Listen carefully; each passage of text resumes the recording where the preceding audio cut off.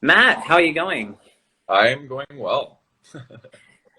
I'm actually very glad that we're talking about this because I was just mentioning it as the preamble to this. I feel like toxic positivity, spiritual bypassing, it's definitely all under the same umbrella of this theme. And I feel like for a lot of people who engage in religious and spiritual practices, this is something where it's actually quite relevant to talk about. Yeah, very much so. Very much so. So as we get into this, I'd love to start off with by asking, who are you, what do you do, and share a little bit about what you're currently up to. Okay. So my name is Matt Lansadell. I have a brand called Inspired to be Authentic. So my work is essentially working with highly sensitive people and gay men, and I teach them how to heal shame, heal trauma, and move towards more an authentic and empowered sense of self. So I have two projects, two communities that I work with. I work with the Gay Men's Brotherhood, building the Gay Men's Brotherhood, and then authentic relating and empowerment for highly sensitive people. So I'm kind of moving and dancing between these two worlds, and I see a lot of emotional avoidance, which is in the spiritual world called spiritual bypassing. I see a lot of this in the work that I do. So I feel like this is a really awesome thing to be sharing with the world, and possibly sharing some pointers on how to start to feel. That's what this comes down to, right? Oh, yeah. I think it's very hard to feel if we're operating out of a place of survival. And in many cases, we aren't even aware of that because we go about our day doing things. And I think that for, particularly as us as gay men, it's hard being gay in a very heteronormative world. And I think it can be equally challenging to just connect with our feelings when we've been told for so long to numb it down. So before I continue this, for those people who don't know me on your end, so my name is Ken. I'm a holistic healing coach. I used to be a gay dating and relationship coach, but transitioned into this space because I love working with high achieving coaches, business owners, and entrepreneurs who are looking to stop the pattern of dating emotionally unavailable partners and to actually attract committed, healthy people in their lives. And a lot of that I find is by connecting my clients back to themselves. And in so many cases, in this entrepreneurial space that we exist in, especially in the spiritual side of things, I see a lot of toxic positivity. I see a lot of people who engage in like the manifestation world. They talk a lot about, using the secret to just think positively and good things will come. But in my view, I've always said, if you haven't worked through and healed yourself, whatever you manifest will be more pain and suffering in the form of a new opportunity, a new job, or a new person in your life. But anyways, Yeah. I'd love to hear from your end. What would be your definition of spiritual bypassing and why is it so dangerous? Hmm.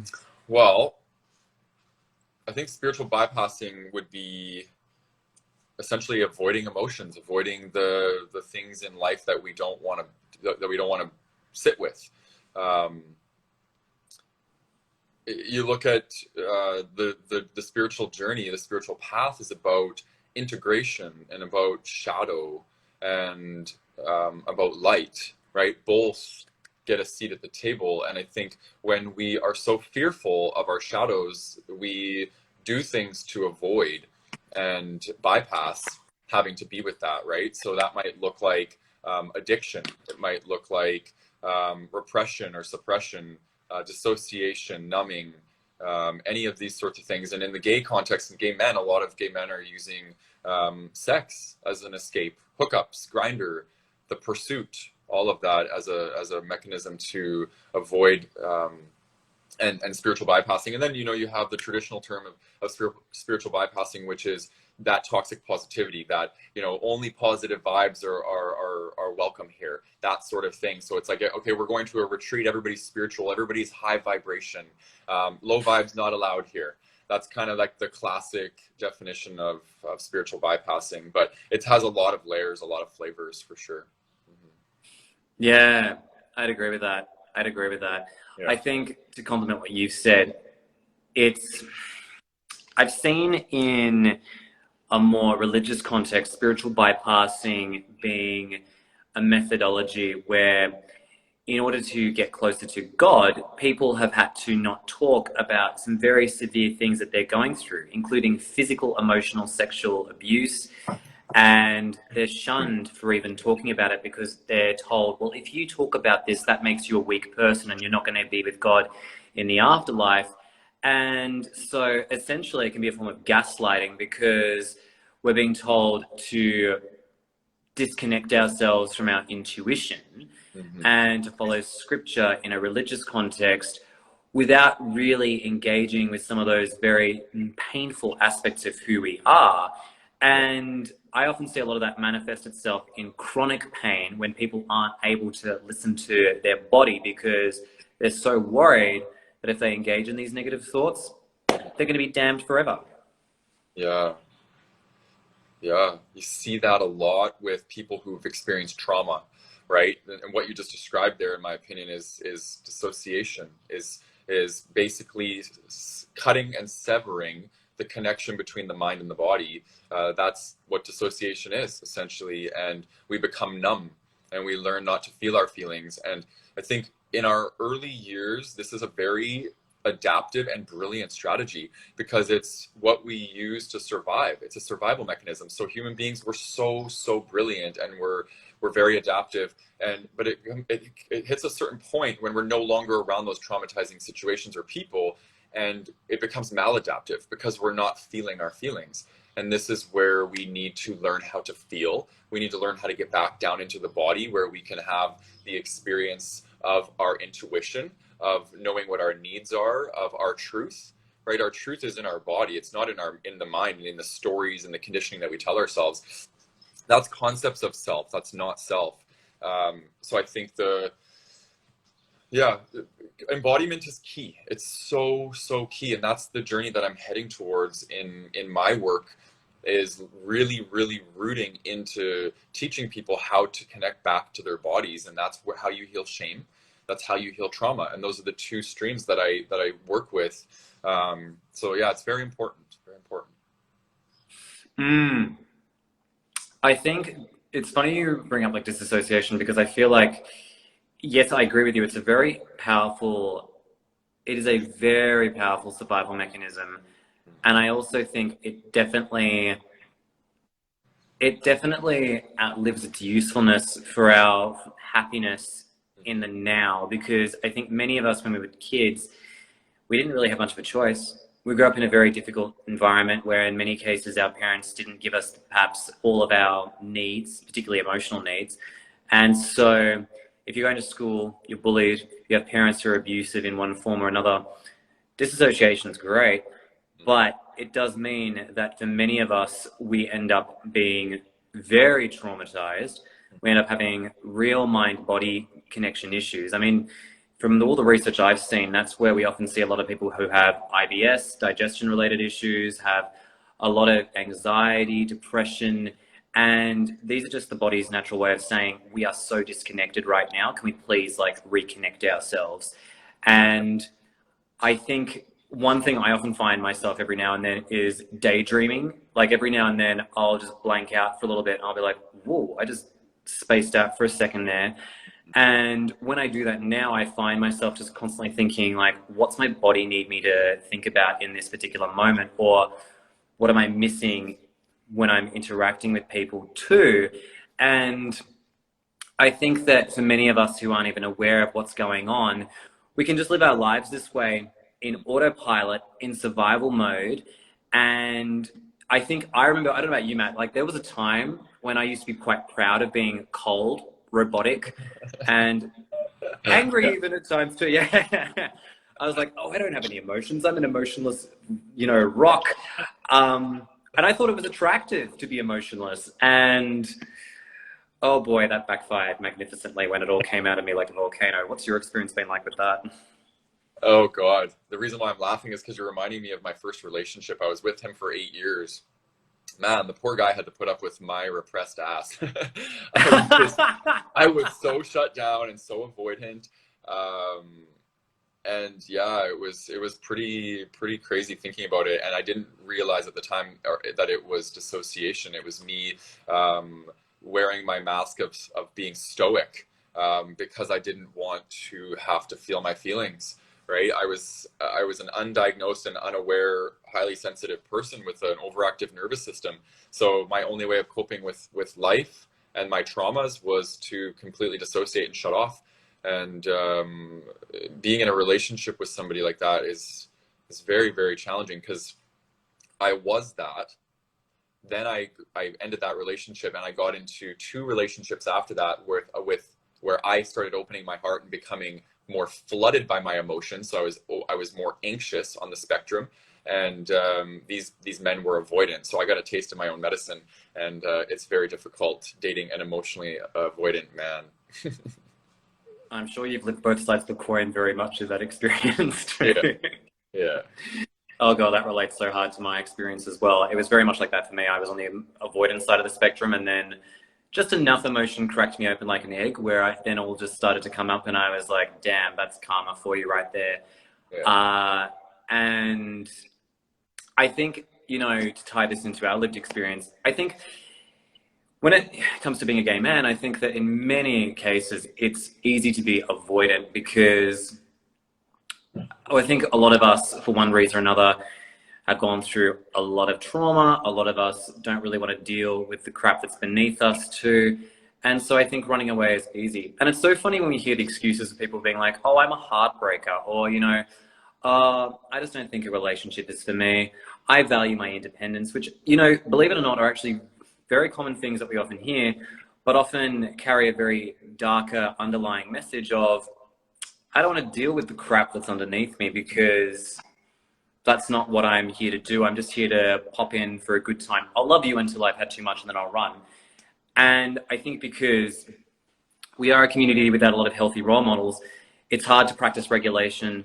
It's hard to show the differences between like how unhealthy pure stoicism is versus integrating and learning to connect with our bodies as well. yeah. It's huge, and it's so spiritual bypassing it used to be and still can be such a trigger for me, because um, it's people, oftentimes when people are spiritually bypassing, they are representing themselves as being whole and being complete and being figured out and regulated, but really they're just over regulated. That's really what spiritual bypassing and emotional avoidance is you're over regulating your own emotions, and you're not allowing yourself to feel. So, but there's two sides to that coin. Sure, you're not allowing yourself to feel the deep, dark, shitty emotions, but you're also shutting yourself off from feeling joy and love and bliss and connection and all the other things that come with it, right? You don't get to select which emotions you want to feel and which ones you don't. When you feel, and when you don't, you don't. That's how it works, right? It is extreme. It's black and white. So what I use to guide me now is my intuition. Right? My intuition will tell me if somebody's avoidant or if they're actually secure and they've learned how to regulate their emotions and they've healed their trauma and these sorts of things. I can feel it now because I've done the work on myself to get myself to a place where I've cleared out most of my trauma and most of the things that were clouding me from being able to see the world through the eyes of my truth, or even in some cases absolute truth. And I'm able to kind of discern the people that are good for me to be around. And that's the gift of my empathy.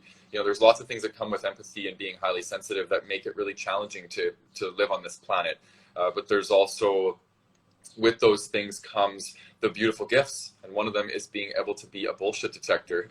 And you can feel people when there's inauthenticity, which is why my brand is about inspired to be authentic. Everything for me is because I can feel inauthenticity, and it doesn't sit well with me. So I want to help inspire people to live more of their truth, and part of that is feeling your feelings and no longer bypassing them.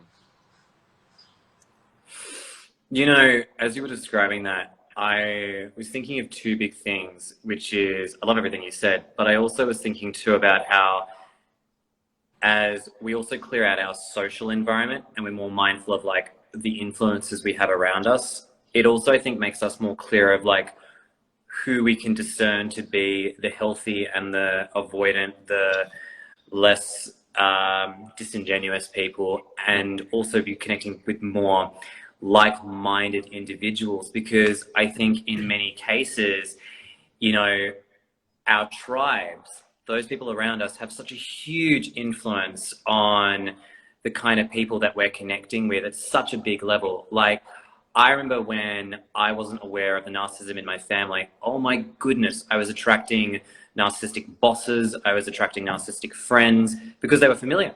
And Yeah. so I vibed off that connection because I was like, oh, it's the same kind of chemistry, amazing. But I didn't recognize the amount of abuse that I was getting from it too, until I started to raise my awareness of how I felt drained in the presence of these people. I felt like there was something wrong inside of me, not as in like I'm wrong, but as in like, why is it that when I hang around these individuals, I literally feel like a pit forming in my stomach? I never feel good enough.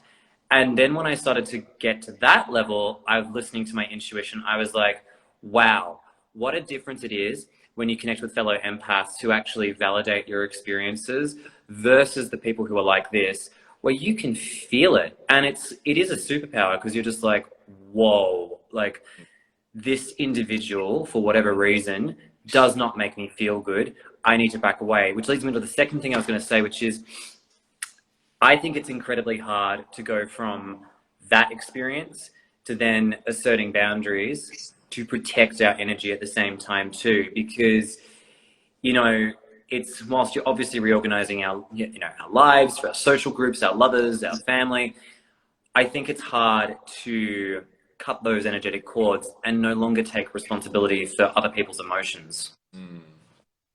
Hmm. Yeah, you're speaking some good stuff here. Um, this has been one of my greatest learnings as an empath is taking responsibility. Nobody likes it. Nobody likes to take responsibility. The ego doesn't like it, but it's an act of humility, and it's where our healing takes place. It's easy for the empath to blame the narcissist and say, this person is, you know, taking my energy and they're a life force sucker, they're a vampire, they're this, they're that. And I hear this come from empaths all the time. And I want to turn it back on them and say, you know what, well, what is it about you that you were attracting this and that you allowed this into your life, right?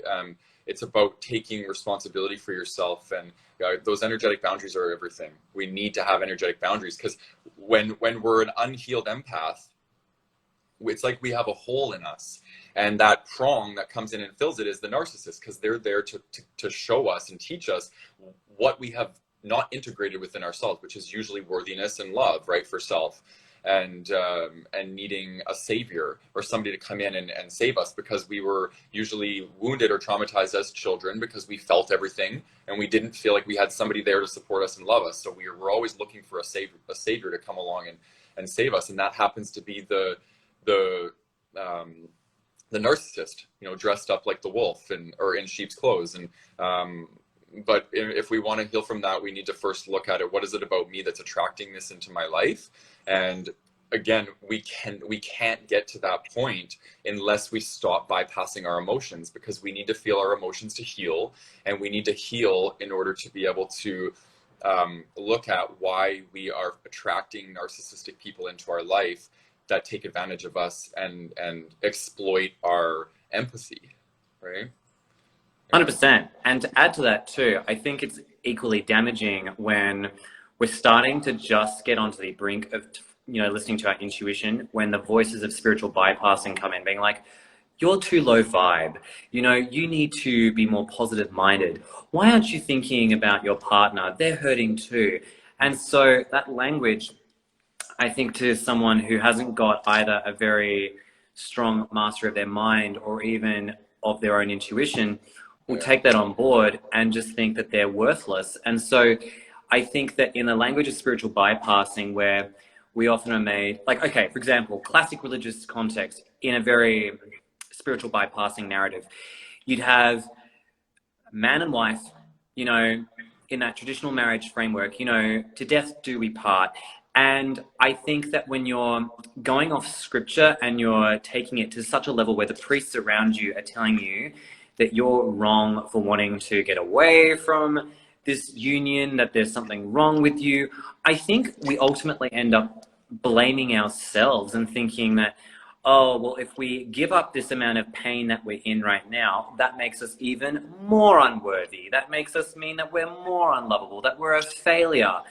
And so I think that part of the danger of spiritual bypassing is that when we listen to those narratives that somehow we're responsible, for all of the dynamic, then I think it makes it even harder for us to separate from it.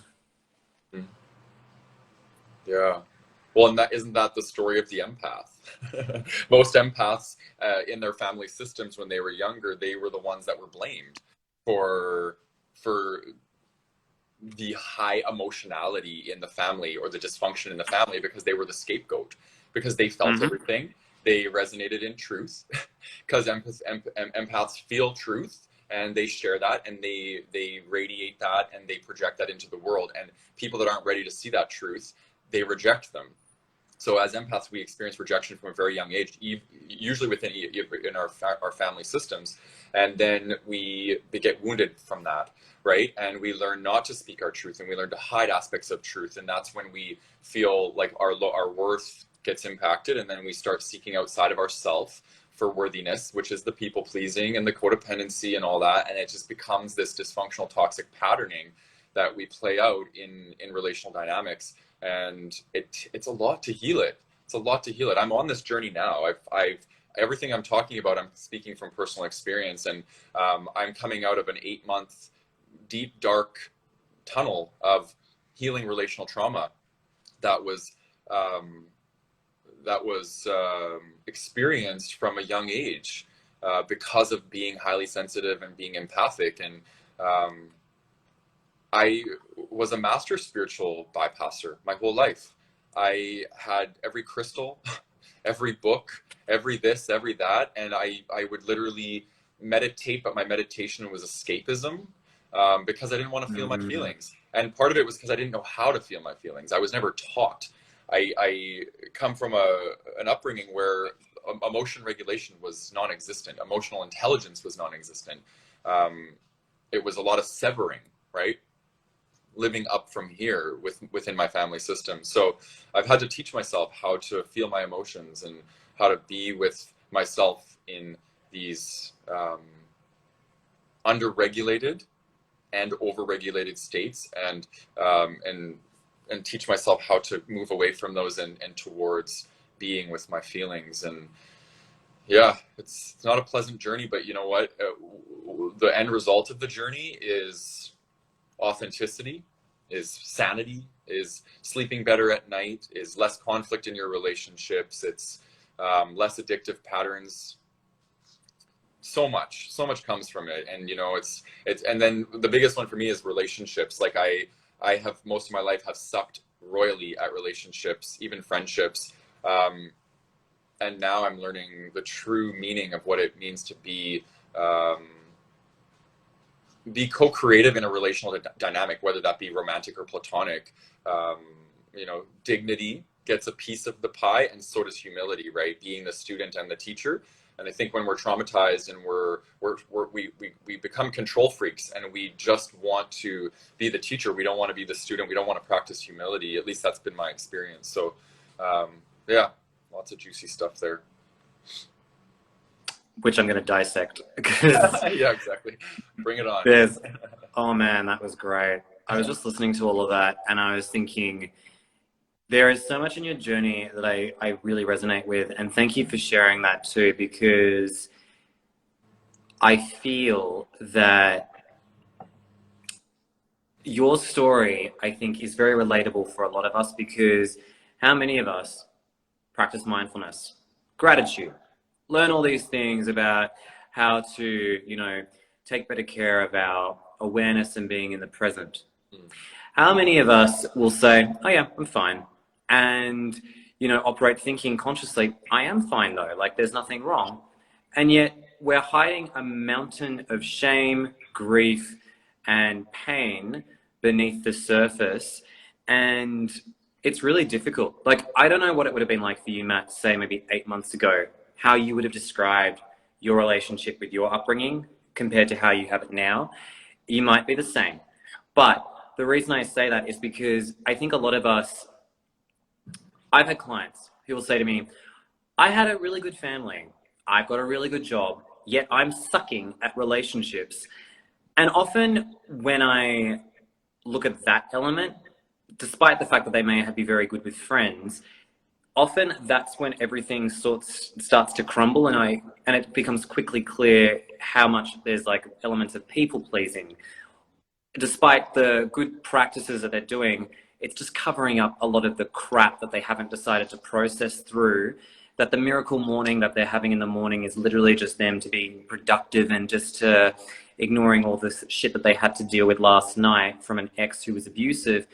And so it's just a distraction, and it doesn't really help them in the moment of that. One thing that I was going to ask you, Matt, based on your journey, because it's really interesting, you've professionally gone through many evolutions in what you're doing from, it was drug and addiction counseling, wasn't it? And then going into the fitness world and now into this space of coaching. I'd love to know, how have your practices of spirituality evolved to enable you to be more authentic with yourself over time?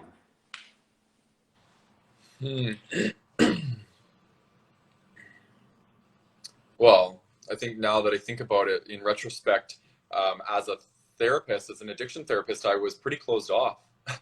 I was overregulated, and I was, it's one thing to be very mind-centered, intellectual as a therapist, but then it's a complete game changer when you become heart-centered, and I wasn't heart-centered. I had compassion, I had empathy, but heart-centered meaning you're able to sit and be present in an emotional way with somebody, and I didn't have that capacity because we can only sit with somebody in their emotional states as deep as we're willing to sit with ourselves in emotional states. We cannot go deeper than that.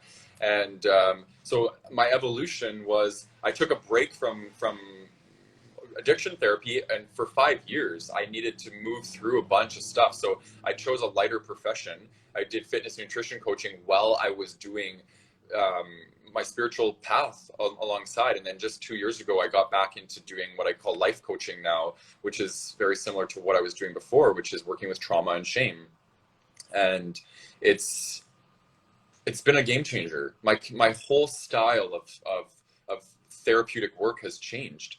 I operate now from more of a slowed down, heart-centered, trauma-informed, which is really important, and teaching people how to feel. That's the biggest thing. It's the biggest thing. We live in a world of escapism. Everybody wants to escape themselves, and it's so destructive. And I don't say that as a judgment, because there's a time for escapism. I still use escapism because overwhelm is overwhelm, and sometimes we just can't sit with it. But when that's our chosen go-to and we use it all the time, we abuse escapism and we don't grow and evolve. So I do think that it's really important to have an ability to be able to feel. Yeah, I agree. I mean, I love how you described in your earlier counseling years, it was very head focused, Yeah. and almost a bit strategic by the sounds of it too, when you're in that space, because I think that's how a lot of us operate, especially as men. Mm-hmm. We're very solution orientated. We look for ways to help. And I think in many of those cases, we do that because we're looking to please. I actually, I've gone on record saying this a few times, and I feel you resonate with this. I grew up as a high achiever, not by choice or because I was more genetically gifted than anyone else, but because I was traumatized. And this is something I always share with people, as I say, high achievers are not high achievers because they're necessarily better than anyone else, but because they have been conditioned in such a way where if they don't achieve, they feel like they're going to die. They feel like at a very subconscious level, they are not going to feel safe, secure, loved, and they're waiting for a payoff at the end of the road, which ironically enough will never come. Mm-hmm. And I bring this up because in the realm of spiritual bypassing, I think that there is a lot of this talk of just put up with whatever you're going through. Just continue on down this journey of pain and suffering, and eventually you will realize the truth and have, a mountain of gold at the end of the rainbow, love, worth, whatever it is you're looking for, just keep holding on because eventually it will get better. And in many cases, if you're someone who is a high achiever, often in the dating sense, I find that a lot of people try to impress their partners. They try to go the extra mile to win their partner over. And as a consequence, they subconsciously treat their partners like an assignment to complete, a reward to be won. And it means that when they're dealing with difficult people who they're bringing into their lives, sometimes unintentionally, to complete, they get into these really horrible situations where their body is fighting them. They then have a lot of autoimmune problems off the back of that too. Like, I've gone on record many times talking about how being in a relationship that is not healthy for you has severe problems for your health and well-being, not just chronic pain, not just autoimmune problems, digestive problems, a whole range of things. And I think when we are in that sort of strategy mindset, because, you know, we've been so locked in our head for so long because that's the only way we've known how to survive. Yeah. We're not even listening to our own needs because we're so worried about what everyone else is thinking because we think that is our pathway forward. And it's hard to get out of that. Yeah. Yeah, perfectionism was my name of the game. It's and high achiever as well. And I think it's the trauma brain. The trauma brain told me that at the end of my pursuits, I would find worthiness. I would find acceptance, and I did that with my body.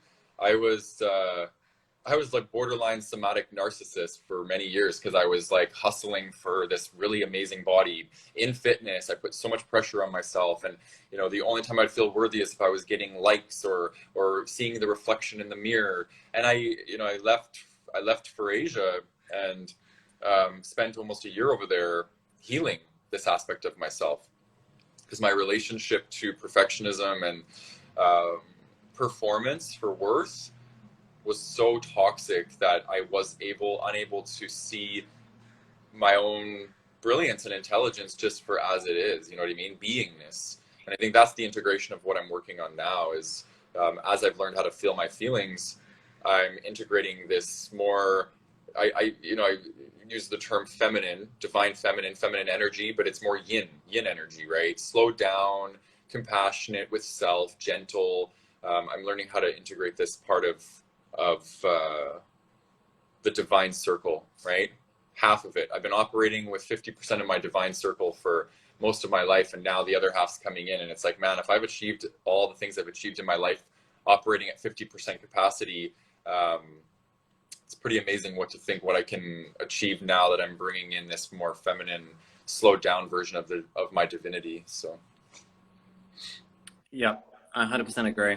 100% agree. I have a client who had a nervous breakdown actually just recently, and for a long time, similar to your story, he'd been hustling, you know, with work, wanting to be the best, wanting to compete, be amazing in what he's doing in his field, and his body punished him for it. And I say that with compassion, not out of like judgment, in the sense that he had a really bad nervous breakdown followed by 2 minor heart attack-like conditions. And one of the most incredible things that he actually said to me last week was, I have realized just how tired I am of holding on to that belief that I need to compete, that I need to perform, that I need to win.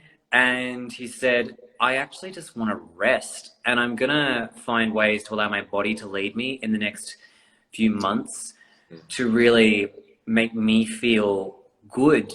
And I'm actually going to start saying no to some of the stuff that I don't really enjoy. Now, granted, this is a first stage of what he's planning to do. The full journey hasn't even begun. But as a coach, I was just blown away by this, because for someone to get to their rock bottom physically and to then start to realize, yeah, these beliefs I have are really not serving me very well, and to actually start to turn it around and be like, I really need to work on myself in a way that helps me work through these psychosomatic challenges that I'm going through. I mean, that was such a heartwarming experience for me, because I was just like, wow. I think so many of us, we'll go through a lot of pain, and we won't be ready for that next step to actually heal, work through our own stuff to reconnect with our bodies. And when we finally do, I think that's when we go back to what you were saying. We connect with that other 50% of us, because that's the half of us that was, lagging behind and trying to get us back to it this entire time. Yeah, definitely. I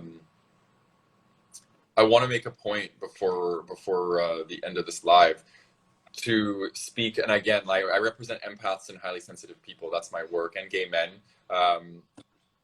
But I want to talk a bit about shame, because I think it's important to bleed this into this concept, because as empaths, highly sensitive people, we grow up in family systems that tend to, like I said before, like, shame us for feeling, because our feelings are inconvenient. Our feelings bring out truth. They make other people feel things. So within our family systems, we were shamed from a very young age to not feel. So we shut off, we dissociate, we numb, we repress, we spiritually bypass as adults. And I think it's really important to acknowledge the shame, because that is what is telling us, the shame wounding is telling us, don't feel your feelings, because if you feel, you're going to inconvenience the people around you. Stay in isolation, stay in your own stuff, close down your heart. I think this is a big part of it, because we want to make sure that we are addressing shame, right? And it's funny, because whenever this word comes up, shame, it's like people start running for the hills. It's such a taboo topic, and it brings up so much nastiness for people, but it is the stuff that you got to work with. You know what I mean? It's huge. Shame and trauma are the things that are causing so much destruction in this world. And if we were able to address these two core things, shame and trauma, this world would be a way better place to be more functional, for sure. I completely agree with you. Mm-hmm. I want to add to that too by saying I think there needs to be more compassion for shame, meaning that I think shame biologically serves us to be like, okay, if you take this action, it doesn't feel good. Can we not do this again? Mm-hmm. I don't think we need a choir of people beating us with sticks, being like, how dare you do this? And I think we already do enough of that in our head. We don't need a physical audience doing that to us too. Now, granted, there are degrees of actions that we can take which can cause us shame. I'm not suggesting that we need to, murder someone before we have our reconciliation with ourselves, but I'm saying that, it generally doesn't feel good to lie, and it generally doesn't feel good to do things that go against our values. And so I think that if we're aware of that and we can actually tune in on that at a much more physiological level, it makes it so much easier to be like, yeah, I don't want to do that again. But I think it's important, as you said, to sit with it. And I have had people, including myself, where when we've just sat in that mud of shame that we've had, oh my God, it's painful. Like, it's not fun.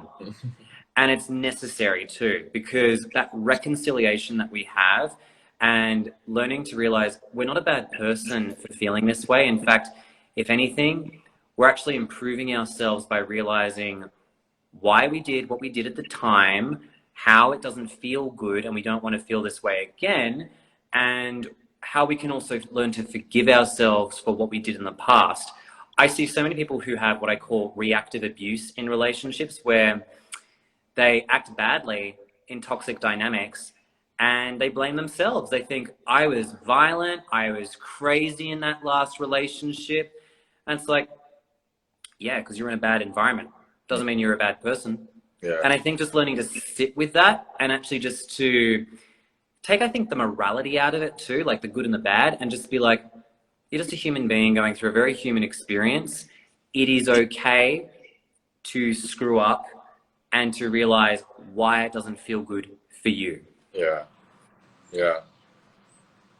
I agree. And I think the thing that it stands out, you said it, and it wasn't the meat of everything you said, but you said sitting in the mud. And there's a term in yoga, I can't remember who said it, it's a quote, but no mud, no lotus. And that's shadow work. That's the definition of shadow work. If you're not willing to trudge through the swamp and get muddy, you're not going to get your lotus. And a lot of people, they're just the concept of sitting with their splits and the aspects of themselves that they reject is just torture. But it's not any worse than the torture that you already have playing in the background in your mind.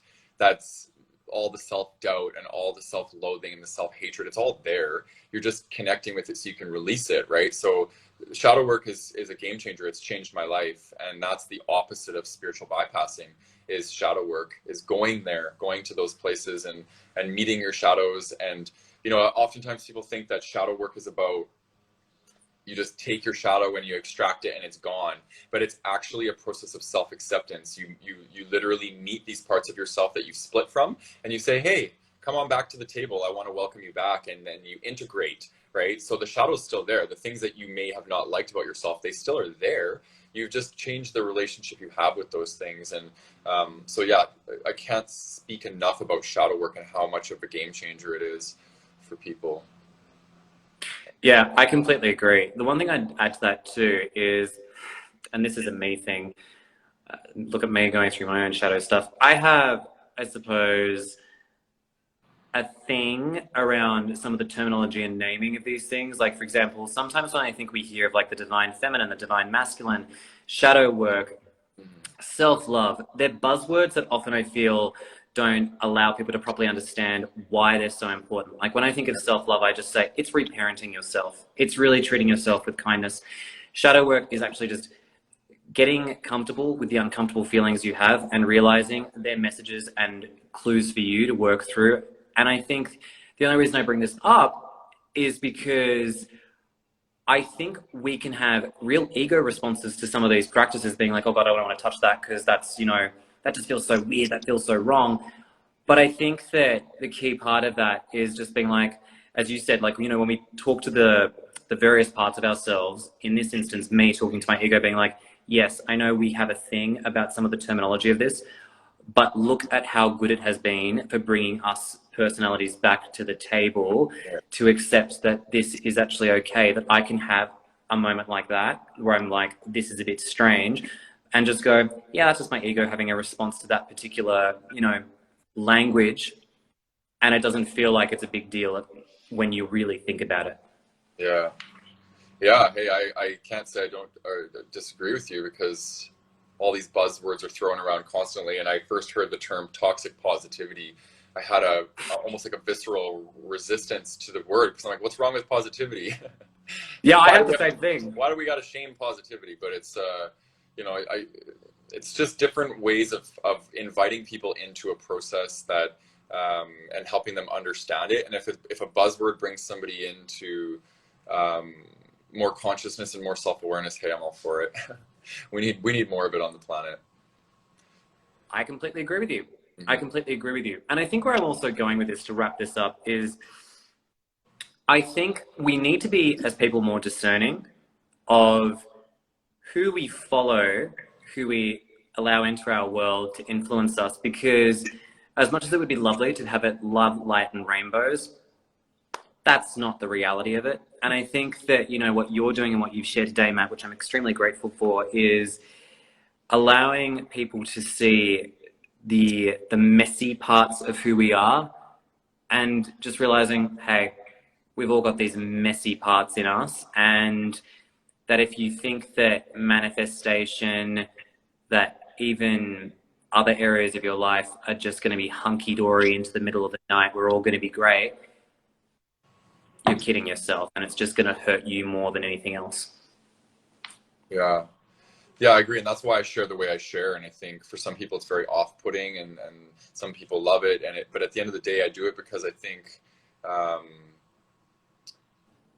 want people to know that we don't need to live in shame, that we can share these parts of ourselves that we've been told aren't okay. And it incites self-judgment when we see other people hiding aspects of themselves and not being vulnerable.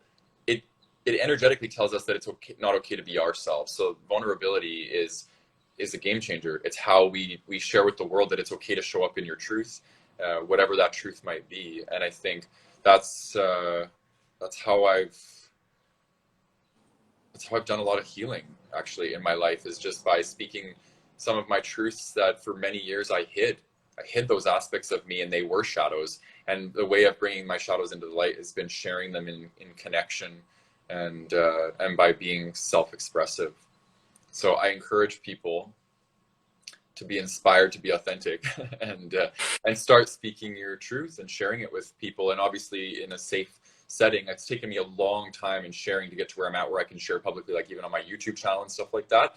But for people, just start with a friend, and just start sharing parts of yourself that maybe you think aren't acceptable, and find ways to make peace with them.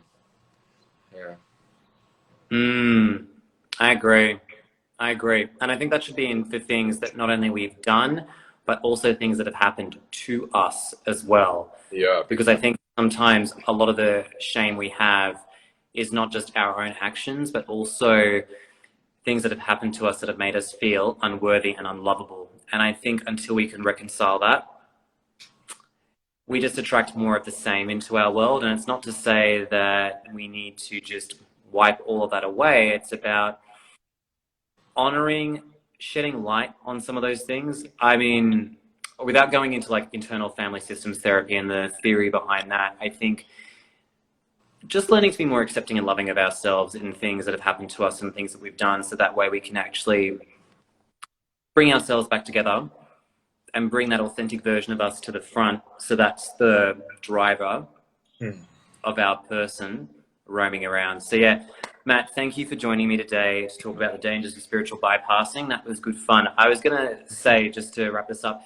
to anyone who is new to who you are and wants to find you, where can they find you on Instagram or on YouTube for that matter? Yeah, Inspired to be Authentic is my handle on Instagram, which if you're watching this, you'll be able to see it on the thing. And then my YouTube, where I do most of my videos. So my Instagram is written content mostly. I love writing, but I also love speaking. So I speak on my YouTube and I write on my Instagram. And my YouTube is, if you just search Matt Lansadell YouTube, you'll find it. But Inspired to be Authentic, you'll find it on YouTube as well. So yeah, come on over and check out some of my content. If you like it, subscribe and stay and hang out with me.